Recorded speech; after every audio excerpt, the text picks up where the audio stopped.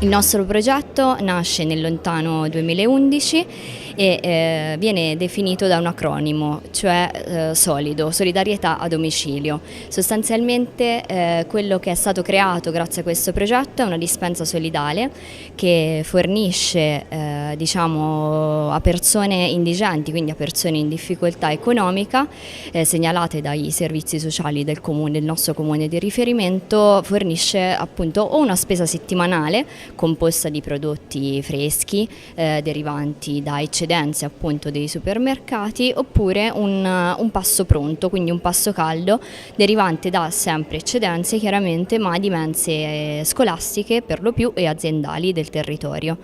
Ora la dispensa solidale nasce nell'operativo nel 2014 e da allora raccoglie all'incirca 1 tonnellata di prodotto, quindi di eccedenze alimentari al mese. Questo ci permette sostanzialmente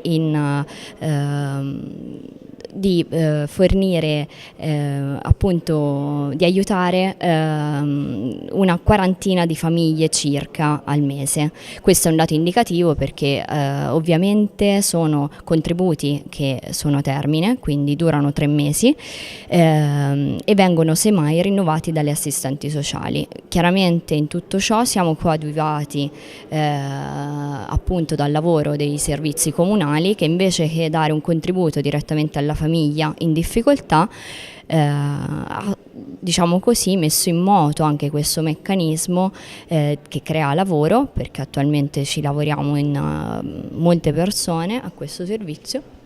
Quindi dà lavoro, toglie un danno ambientale che sarebbe provocato appunto dalle eccedenze alimentari e aiuta le persone in difficoltà.